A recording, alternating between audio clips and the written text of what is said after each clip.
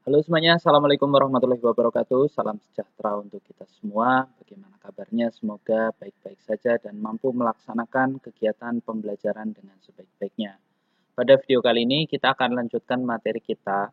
Jika pada video sebelumnya kita telah membahas tentang fungsi komposisi, maka pada video kali ini kita akan membahas tentang fungsi inverse. Apa itu fungsi inverse? Oke, di modul 12 masih ada beberapa titik-titik yang harus diisi dan Bapak sudah bantu untuk isikan. Jadi ya, ini dia untuk hasil isiannya. Jadi kita akan mulai terlebih dahulu dari ini, elemen identitas. Apa itu elemen identitas? Elemen identitas itu adalah elemen yang jika dioperasikan dengan elemen lain, maka hasilnya adalah elemen lain yang dioperasikan tadi. Oke, untuk memahaminya mungkin kalian pernah melihat gitu ya, istilah elemen nol. Nah, elemen nol merupakan elemen identitas pada operasi penjumlahan. Jadi kalau misalnya 0 ditambahkan dengan 5, maka hasilnya adalah 5. 0 ditambahkan dengan 10, maka hasilnya adalah 10. Nah, 0 itu disebut sebagai elemen identitas pada operasi penjumlahan ataupun pengurangan. Nah, sedangkan pada operasi perkalian itu ada yang namanya 1 sebagai elemen identitas. Jadi kalau 5 dikali 1 itu hasilnya 5. 7 dikali 1 hasilnya juga 7. Artinya semua bilangan yang dikalikan dengan 1 akan dihasilkan bilangan yang dikalikan itu sendiri. Nah, 1 dalam operasi perkalian itu disebut sebagai elemen identitas. Nah, nanti apa hubungannya dengan inverse? Nanti kita akan pahami di bawah. Nah, pada fungsi elemen identitas itu adalah fx sama dengan x. Nah, ini adalah fungsi identitas. Jadi, fungsi identitas adalah fx sama dengan x. Jadi, fungsi ini akan memetakan domain ke kodomain yang sama. Jadi, kalau misalnya x-nya 1, kodomainnya juga tetap 1. Ini yang disebut sebagai fungsi identitas. Nah, sekarang kita akan bahas mengenai inverse. Apa hubungannya dengan fungsi identitas dan lain-lainnya. Oke, perhatikan permasalahan satu berikut. Jadi di modul ada permasalahan satu seperti ini ya. Jadi ada fx sama dengan 4x min 8 dan gx sama dengan setengah x plus 2. Nah, saat kalian petakan, jadi 2 dipetakan ke sini, 4 dipetakan ke sini, dan 6 dipetakan ke sini. Didapatkan hasil seperti ini. Jadi 2 dipetakan ke 0, karena ini 2 kali 4, 8, 8 dikurangi 8, 0. 8 dan 16. Ini adalah hasil pemetaan dari A ke B menggunakan fx. Nah, sekarang dari B, kita petakan lagi ke C dengan fungsi gx yaitu seperempat x plus 2. Nah, kalau kamu perhatikan, 0 akan kembali jadi 2, 8 akan kembali lagi jadi 4, dan 16 akan kembali lagi jadi 6. Jadi C itu akan sama dengan A. Nah, dapat kalian simpulkan pada permasalahan ini di mana fungsi fx memetakan A ke B. Seperti tadi ya. Dan fungsi gx mengembalikannya lagi ke A. Walaupun tadi di sini dipetakan ke C, tapi C ini adalah A karena elemennya sama. Jadi fungsi gx itu mengembalikan. Jadi kalau istilahnya ada sebuah fungsi memetakan, ada fungsi lain yang mengembalikan dari kodomain menjadi domainnya lagi. Nah, apakah itu? Itu adalah fungsi inverse. Jadi fungsi inverse di sini adalah mengembalikan. Jadi gx ini adalah inverse dari fx. Jadi fungsi inverse adalah fungsi yang mengembalikan, gitu ya. Jadi mengembalikan ke domainnya lagi. Nah, di sini kita lihat ada fx sama dengan x min 6 dan gx sama dengan x plus 6. Kita cari f bundaran gx dan g bundaran fx. Nah, di sini f bundaran gx berarti g dimasukkan ke fx, berarti x plus 6 dimasukkan ke x min 6. Didapatkan hasilnya x. Lalu g bundaran fx itu berarti fx yang dimasukkan ke dalam g, di mana x min 6 dimasukkan ke x plus 6. dihasilkan juga X.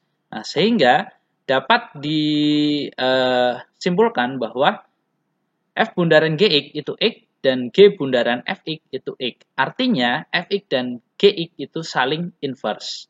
Nah, kenapa seperti itu? Karena ada sebuah sifat di mana jika suatu bilangan dioperasikan dengan inverse-nya, maka hasilnya adalah fungsi atau elemen identitas. Contoh, dalam penjumlahan kita mengenal 2 dan min 2. Min 2 itu adalah inverse dari 2. Jadi kalau 2 dikurangi 2 hasilnya 0 atau elemen identitas. Jadi jika sebuah elemen dioperasikan dengan elemen inverse-nya, maka dia akan mendapatkan elemen identitas. Nah, hubungannya di situ antara tadi elemen identitas dan inverse. Oke, jadi intinya yang mengembalikannya ke bentuk semula, gitu ya. Jadi contoh misalnya 3 ditambah 2, itu hasilnya 5. Kalau 5 dikurangi 2, hasilnya akan kembali jadi 3. Nah, itulah algoritma dari elemen identitas dan inverse. Nah, di sini elemen elemen inverse dari fungsi disebut sebagai fungsi inverse. Nah, ini adalah elemennya, elemen fungsinya, dan Gx ini adalah inverse dari Fx. Dan begitu pun sebaliknya, bagi Gx, Fx adalah inverse-nya. Nah, bagaimana kesimpulannya? Jadi fungsi inverse adalah fungsi yang merupakan kebalikan dari sebuah fungsi. Jadi mengembalikan ke domainnya. Fungsi inverse jika dikomposisikan dengan fungsi asalnya, maka akan dihasilkan fungsi identitas sesuai dengan sifat yang tadi Bapak sampaikan. Nah, di sini ada beberapa cara untuk mencari fungsi inverse dari beberapa fungsi. Kita akan bahas yang pertama itu adalah menentukan inverse dari berbagai fungsi. Yang pertama fungsi linear. Bagaimana caranya kita menentukan inverse dari fungsi linear? Nah, misalkan kita punya fx sama dengan 4x min 3.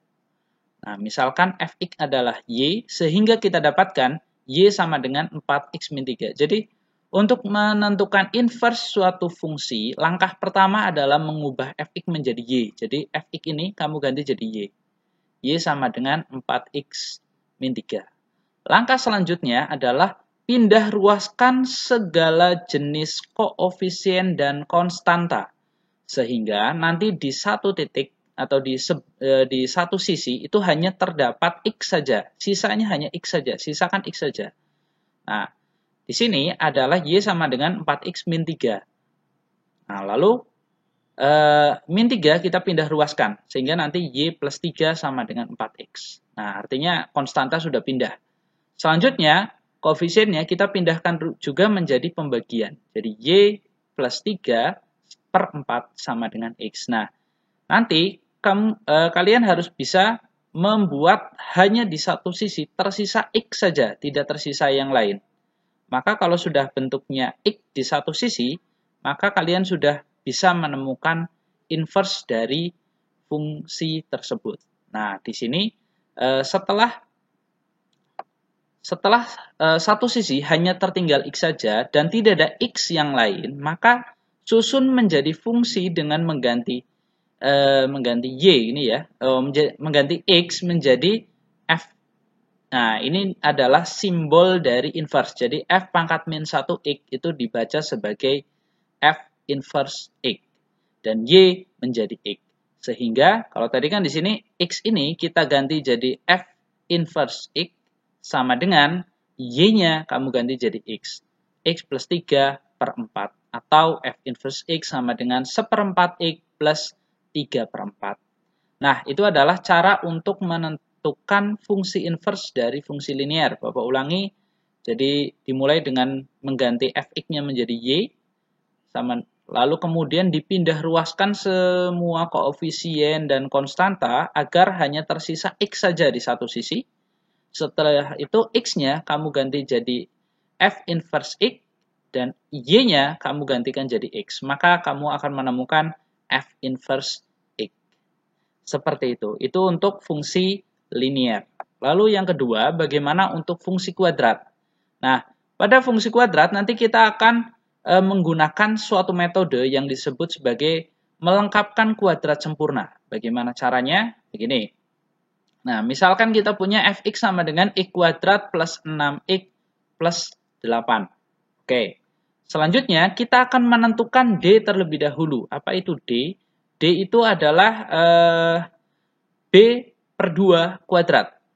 Jadi menambahkan min D dan plus D secara bersamaan dengan D itu adalah B per 2 kuadrat. B itu adalah angka koefisien yang ada X-nya saja, gitu ya. Jadi kan di sini ada A, B, dan C. C itu konstanta, A itu berarti koefisien pada A, ada X kuadrat, dan B itu koefisien pada X saja. Jadi yang kalian perhatikan yang ini, yang X saja. Nah, koefisiennya adalah 6. Maka nanti kalian harus mencari D-nya terlebih dahulu, yaitu 6 per 2 dikuadratkan. 6 per 2 itu kan 3, berarti 3 kuadrat adalah 9. Nah, maka kamu akan menambahkan plus 9 dan min 9 secara bersamaan di belakangnya. Ini kan akan tidak akan berarti apapun pada fungsi tersebut, karena plus 9 min 9 kan hasilnya 0. Tetapi nanti ini akan menjadi sebuah proses yang cukup membantu kita untuk menentukan fungsi inverse dari fungsi kuadrat. Nah, jadi langkahnya sama seperti tadi, fx kamu ganti jadi y, setelah itu tambahkan plus d dan min d. Nah, karena di sini tadi d-nya adalah 6, maka kita dapatkan, karena b-nya adalah 6, maka d-nya adalah 9, berarti plus 9 min 9. Lalu, yang plus itu kamu selipkan atau ubah posisi dengan konstantanya. Jadi konstanta kamu pindahkan, terus yang plus 9, yang plus D, itu kamu selipkan ke sini ke tengah. Sehingga nanti didapatkan Y sama dengan X kuadrat plus 6X plus 9. Nah, ini yang penting di sini. Ditambah 8, ini yang ini, terus dikurangi 9. Nah, bentuk ini akan menjadi bentuk kuadrat sempurna. Kalian tidak perlu berpikir lagi, pasti hasilnya adalah X plus 3. Dari mana? Ini di kuadrat, ini di akar, dan ini di akar. Tetapi tanda plusnya ini didapat dari tanda yang ada di tengah sini. Jadi kalau di sini x kuadrat min 6x plus 9, maka nanti hasilnya di sini x min 3 kuadrat. Kalau di sini tandanya plus, maka di sini juga plus. Kalau di sini tandanya min, di sini juga tandanya min. Nah, nanti ngikutinya gampang, tinggal ini di akar, 9 juga di akar. Maka hasilnya adalah x plus 3 kuadrat. Nah, plus 8 min 9 itu menjadi min 1. Nah, sampai di sini, min 1 kamu pindah ruaskan atau kalian pindah ruaskan sehingga dapat y plus 1 sama dengan x plus 3 kuadrat. Nah, kuadratnya tinggal dipindah ruaskan ke sini sehingga kita dapat akar y plus 1. Jadi kuadratnya dipindah ruaskan menjadi akar sama dengan x plus 3. Nah, plus 3-nya pindah ruaskan sehingga kita dapat akar y plus 1 min 3. Ingat, akar hanya sampai 1. Jadi min 3 itu tidak di akar sehingga tidak bisa dioperasikan lagi. Ini adalah bentuk akar khusus yang ini, dan ini min 3 terlepas dari akarnya sehingga tidak bisa dioperasikan lagi. Nah, maka didapatkan satu sisi hanya tinggal x saja. Maka selesailah proses untuk mencari inverse fungsinya. Jadi sama seperti tadi, x kamu ganti jadi f inverse x, lalu y-nya kamu ganti menjadi x, sehingga f inverse x sama dengan akar x plus 1 dikurangi 3. Itulah cara untuk menentukan inverse pada fungsi kuadrat. Lalu fungsi rasional bagaimana? Nah, perhatikan cara penyelesaian berikut.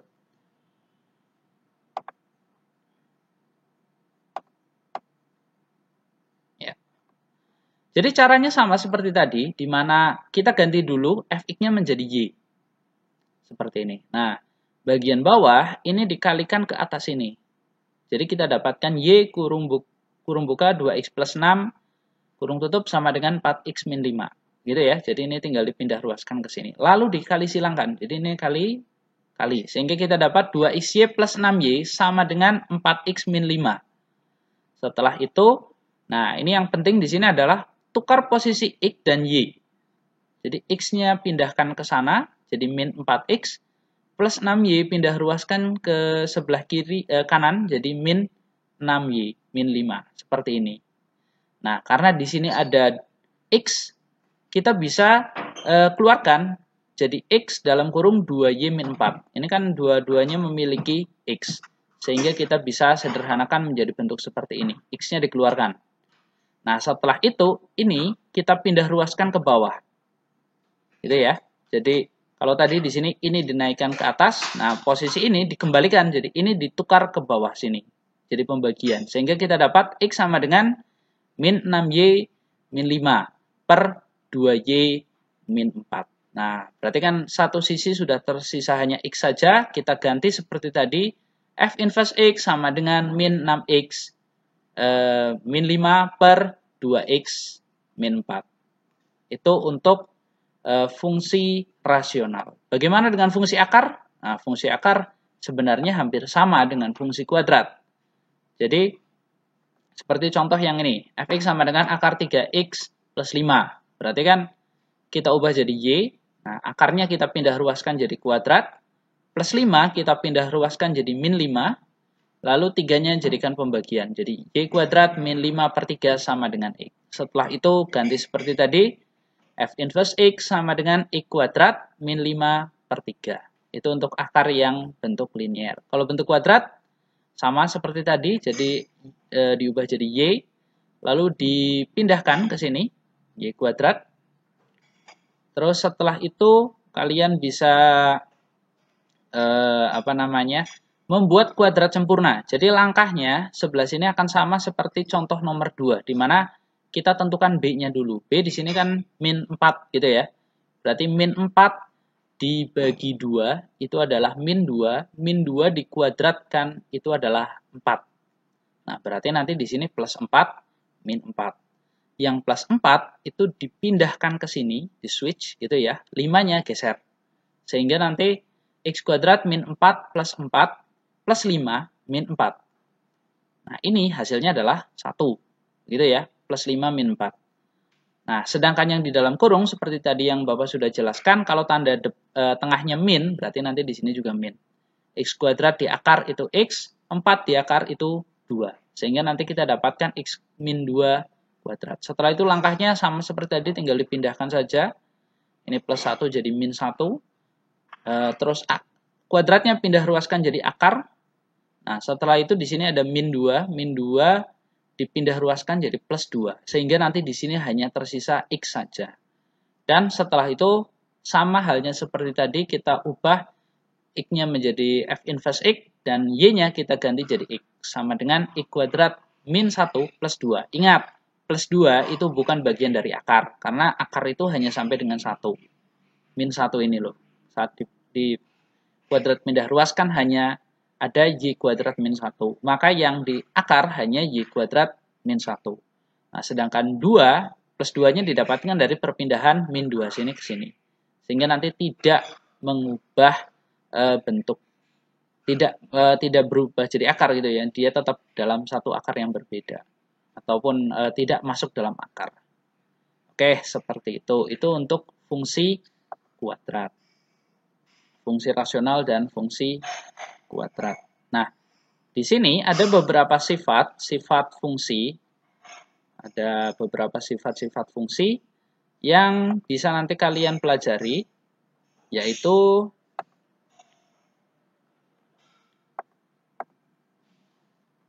ya. Jadi F bundaran G yang diinverskan itu hasilnya akan sama dengan G inverse bundaran F inverse X.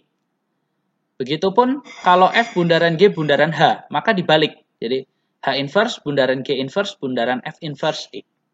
Lalu ini sifat yang pertama tadi. Kalau ada sebuah fungsi dikomposisikan dengan inverse-nya, maka hasilnya adalah X. Tadi sudah kita coba di atas begitu ya. Dan F inverse yang diinverskan lagi akan kembali jadi Fx itu sendiri. Silakan nanti untuk 5, 6, dan seterusnya bisa kalian cari sendiri. Nah, itulah pembahasan kita mengenai fungsi inverse dan bagaimana cara mencari fungsi inverse.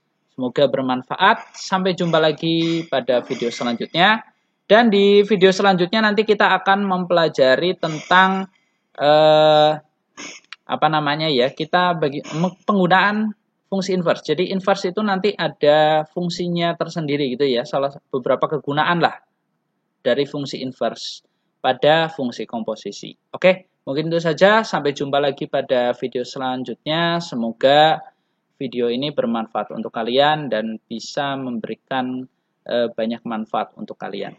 Terima kasih. Sampai jumpa lagi.